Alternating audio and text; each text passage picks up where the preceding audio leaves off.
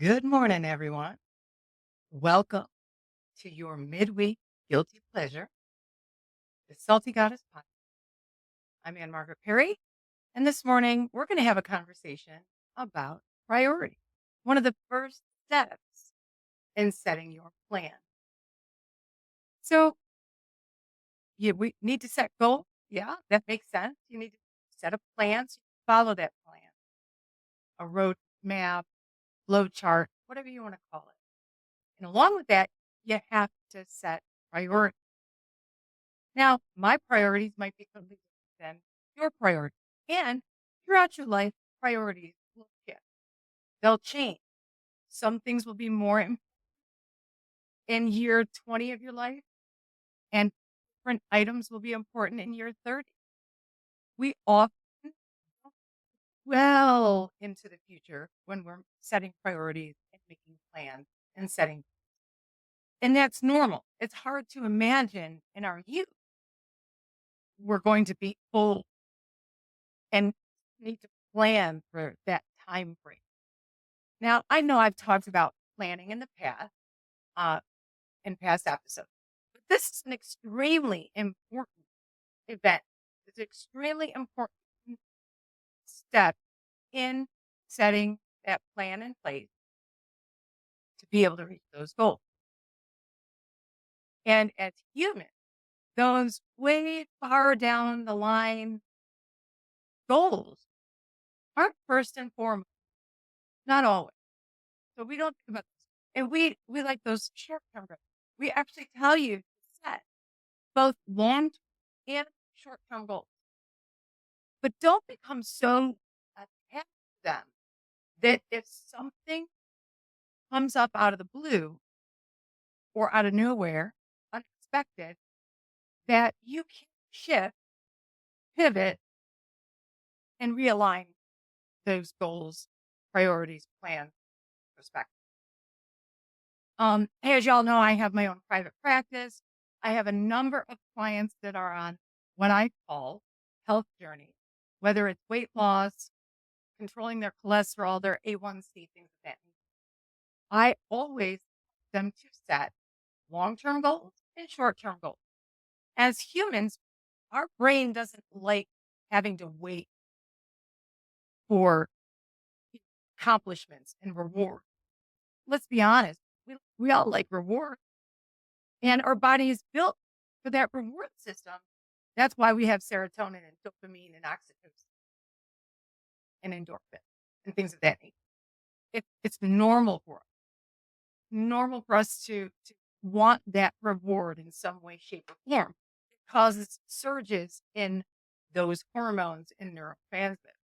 So set the short-term goals, then set the priorities to meet those goals, et cetera, et cetera. Now listen, talk about priority, perspective, preference. Now listen, if y'all bought a Ford and it broke down, so wouldn't be surprised. That's why they have the bigger screens than most other vehicles, because you need something to entertain you while you wait for the tow truck again. Do you think you're going to purchase a hot tub before you repair the vehicle? Does that make sense? That wouldn't be proper alignment. I mean, especially if it gets cold where you live, which there's almost every place here in the United States does get cold enough to need a heater, right? But you bought it for it. So you should be expecting these things to be happening. You don't buy a Ford found on debt. That's so perspective is important, but priorities are important. So let's start at the very beginning. Let's start early on in your life. Your priorities are set by whoever cares for you, parent, your guardian, whoever that might be. Learn from those priorities. Those priorities are set for you. Your guardians, your parents, whoever that loved one might be, that individual might be, should be making sure that you are fed, sheltered, healthy, and educated. Those are the goals. Those are the priorities. If those priorities are not aligned, if they're not prioritized correctly, listed correctly, and cared for correctly, you may never learn the discipline to set appropriate priorities. Now, is that your fault? No, because you live what you learn. You only have so many teachers when you're young. But there comes a point in time where you're going to have to learn to set those priorities. It's a very simple fact. You must set those priorities. There is a hierarchy known as Maslow's hierarchy. We talk about it in medicine and psychiatry. That your base needs must be met for you to work your way up that pyramid to reach fulfillment. You can't be fulfilled if you don't have food. You can't be fulfilled if you don't have security. Does that make sense? These are building blocks so that you can build all the way up to your success levels and reach fulfillment. Because in the hierarchy, feeling fulfilled is the number one goal psychologically. You don't even realize that that's what you're trying to reach. Now, throughout life, when you look at Maslow's hierarchy and you're able to work your way up that pyramid and get up towards that fulfillment feeling, there may be a situation where you don't or are not able to meet the foundational block, be those needs. You lose a job, you might lose your shelter, you might lose safety and security, you might lose the ability to feed yourself. So even though you reached a career goal or an education goal, when that foundation piece drops off, you kind of have to circle back and begin again. That can absolutely affect your self-esteem for a while. Y'all know what I'm saying. Don't live in that hood. Don't live in victimhood. You find the resources in a way to regain those foundational blocks.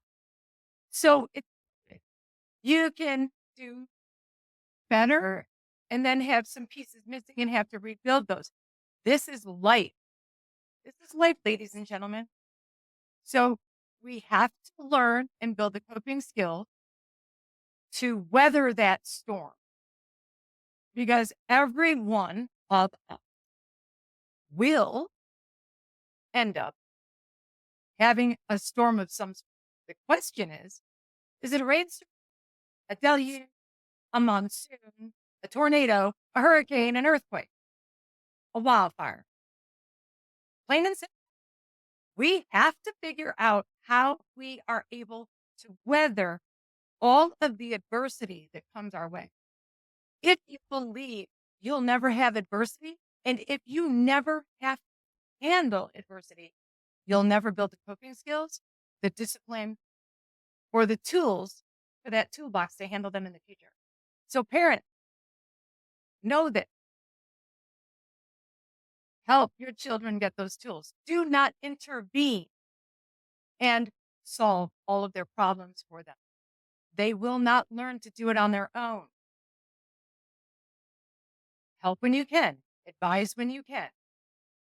The best thing you can do is give them tools so that they can work on that toolbox so they will have coping skills for the rest of their lives. If they're spending their entire life only ever having virtual conversation and no face-to-face interaction, they won't build communication skills. So when they do and, meet up with somebody and they have to communicate, they won't be able to do it. That'll cause their anxiety to go through the roof. We're causing our own problems here, ladies and gentlemen. You must learn to communicate. And surprise, communication, 80% of it is body language, the tone in your voice, facial expression, your body stance. This says I'm closed and I don't want to, I'm not interested in anything you got to say. Squinching up your face. Folding your arms across your chest says you're closed off. Scrunching up your face when you're talking makes people think you're mad. But a smile is welcoming. It makes people feel comfortable. You look approachable. We always talk about resting bitch face and things of that nature, right? But it's the truth. So if, as a young adult is growing up, they don't have those conversations can be difficult in person. It will be for them to interpret the language that they're seeing when they see those facial expressions, body posture, and hear tone.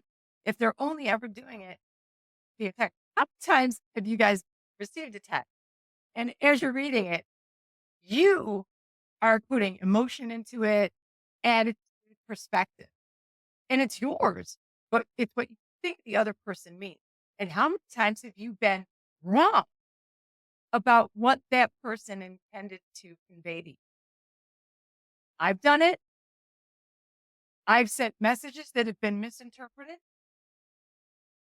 And so it's extremely important. Face-to-face conversations, communication take place.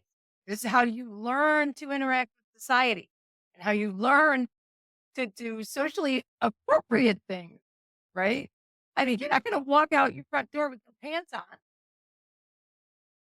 right? That's not socially acceptable. And if the neighbors get upset, you might get a charge for indecent exposure. I'm not built for prison, so that's not happening. Okay. So these are skills and tools that all of us need as human beings. And really, part of the reason why so many people think it's okay to spout off on the internet, they're what we call them keyboard warriors, right? So I bet you though, if they saw you face to face, they wouldn't have balls to say those things. And it's funny because I know not everybody likes Taylor Swift, but she's got a song. You see it in a tweet that's a cop out, right? Or if you say it in the street, it's a cop, whatever. I probably got those lyrics wrong. That's okay. You won't say it face to face. And if you're not able to say it face to face to somebody, put it in a text message. Don't put it in a tweet. Don't put it on the internet because you're chicken shit, plain and simple. And that's why I always say, you want to text it? You want to post it that way? Have at it. I bet in toe to toe, you're not going to say that to my face. 9 times out of 10, they don't. Plain. Well, I say this all the time. So make sure we start as parents right from the beginning, providing skill and tools to children so that as they manage their adulthood, they have everything that they need to survive. Plain. I can't ask for anything more than that. We all need to step that game up. As adults, if you haven't built your toolkit, if your toolbox is empty, if no one has given you the tools and if not learned to use them, take the time to self-reflect, look at that and go, I need some skills here. Is that an easy thing to admit to? No. We can call it a flaw. We can call it a deficit. We can call it a knowledge gap. You can call it anything that you like, anything that makes you feel good about it. But recognize that you have it and then close the gap. Resolve the deficit. Build those skills. Marcus Aurelius said that strong people admit that they have flaws. Weak people don't. And all they do is brag about their strength. They show them all because that's all they got. And I promise you, it's not very many if they can't admit that they have flaws. We all have flaws, every one of them. We all have knowledge deficits, every one of them. Does that mean, ladies and gentlemen, you're going to spend the rest of your life, uh, feeling bad about it? No, but be open to new knowledge. Just because you learned something 50 years ago doesn't wait me. It's accurate. And to that end, I'll just leave that there because that's going to talk about that. So back to priority. You will see that when you're doing project planning, goals, then list the priorities to meet those goals, prioritize your life, set your goal, make a plan, and then prioritize how you meet those goals. That's what we should be doing. Does it sound boring? It absolutely sounds. But it's if you want to be successful, and it doesn't matter if we're even simply talking about doing the laundry, having a routine and a plan for how it gets done so that you don't end up on Sunday with 12 loads of laundry that have to be done, washed, dried, folded, put away. You need a plan for that. Now, unless somewhere in the woods that you live, you got these woodland animals that can suddenly come in and do your laundry for you, like Cinderella, you got to do it yourself. Prioritize, plan, routine. This gets you where you need to be. So prioritize. How do you prioritize? Well, that's a personal thing. What my priorities are might not be what your priorities are. Be okay. And as I mentioned earlier, your priorities will change throughout your life. Education is one of the first priorities that you have from childhood through to young adult and into your early. And if you're not going to college, which is fine with me and might grow, by the way, get a skill, learn a trade, because those skills will stay with you and you will always, always be able to find work. If college isn't your thing, if school just isn't your game, there's nothing wrong with that. And I applaud that. And to say that every single person should go to college, that's a fallacy. It's not for everyone. It's not. And it's totally okay that it's. I also am not of the belief that you'll always be able to do what you think in your heart you should do. Because you may not have the personality or the ability to do that job. And guess what? It's totally okay. It's also okay to start down a path and realize part of the way through it, "Hmm, you know what? This isn't what I want to do. This isn't where I want to be. I need to pivot. Pivot. Don't stay in a place or a program or a college or a relationship that makes it's not for you. Pivot, prioritize, set the goal, make the plan, and move on. It is 2025, ladies and gentlemen. You are not stuck anywhere you don't want to be. And I'll tell you, you can do anything you put your mind to. Anything, right? Like, I'm not going to be an athlete now. Too old for that. Okay. Nope. I'm not going to be an athlete.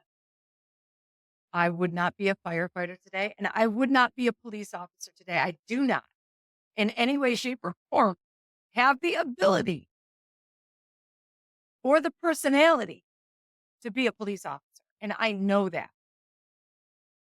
I learned it early.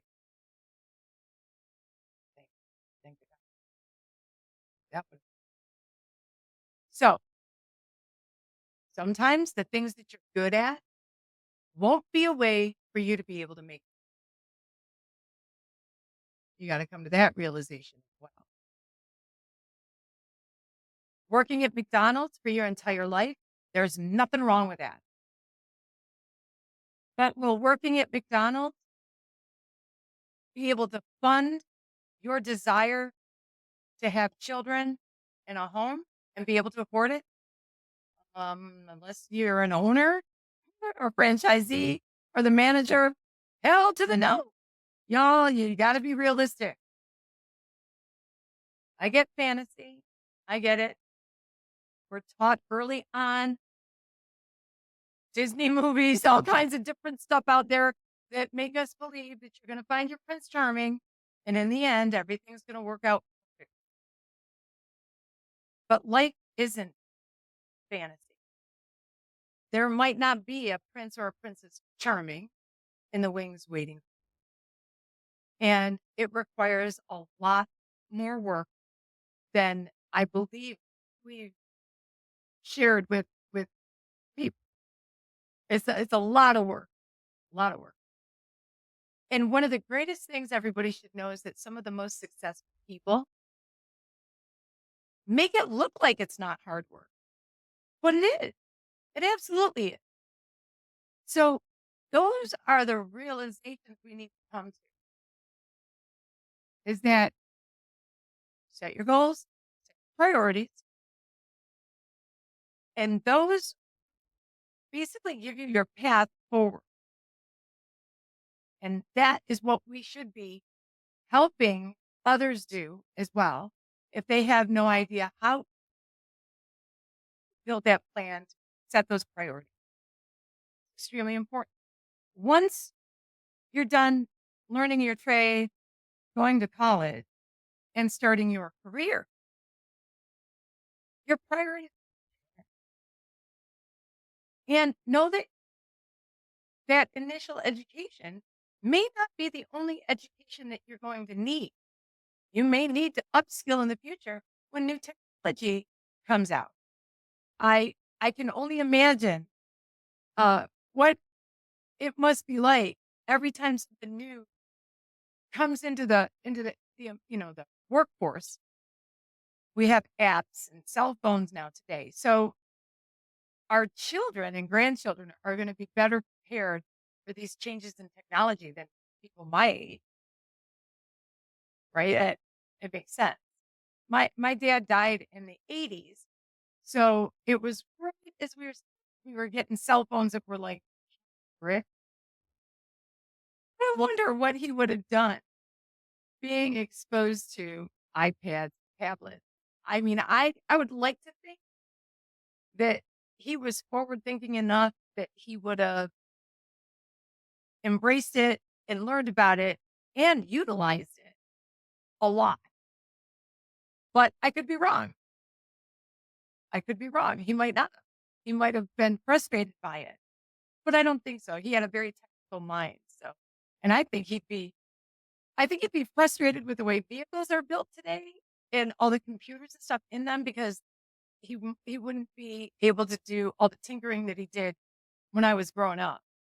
I mean, I can't do anything with a vehicle anymore either because I don't know how to do anything with the engine and whatnot. But I'd like to think that he would have been amazed by the technology within the cab and all of the things that done from the vehicle. I don't think he was a cantankerous old kind of guy. I feel like he would have definitely enjoyed having progress of technology because we have technology because as humans, we're lazy. We're naturally lazy. We want to do the least amount that we possibly can. And if that weren't true, we wouldn't have all of the inventions that we have. The wheel to make it easier, more efficient to transport instead of dragging it behind. So keep that in mind. I get it. We need a day of rest, maybe 2 days of rest, 3 days of rest a week, but we can't stay there either. because that's not a good place to be, is to just not ever move forward. We don't wanna rest on our laurels, as they say. We wanna continue forward, improving. So, we have technology because inherently we wanted more time to sit around the fire and tell stories, just as plain as can be. So, your job this week is to look at your list priority and decide, are these aligned properly to my goal? Will these priorities in reaching those, are my goals realistic? Are these priorities properly aligned for what my actual responsibilities are? Because that is also a huge part of how you prioritize what needs to be done. So I know it sounds like work, work, work, work, work, but it is. But I promise you, once you prioritize, set the goal, set the plan, you would be surprised at how you've optimized efficiency and will have more time for other things. Now, those were my goals for 2025, to optimize efficiency and to increase scoring. I can't increase income if I'm not efficient. The more efficient I am, the more I can do, the more I can learn, the more projects I can take on, the more reach I will have. So there are things that I'm learning that I've never laid a hand on before, to include even the platforms that I'm using to podcast and the technology that I've installed, the hardware to my computer in the studio so that I can do these things.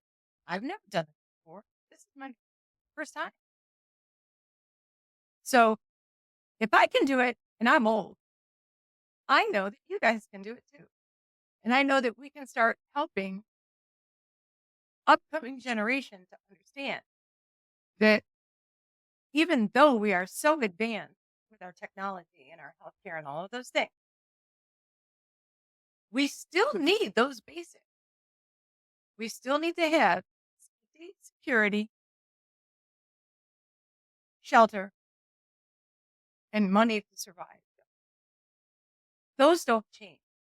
We still need oxygen to breathe, water to hydrate, nutrition. We need to be safe, right?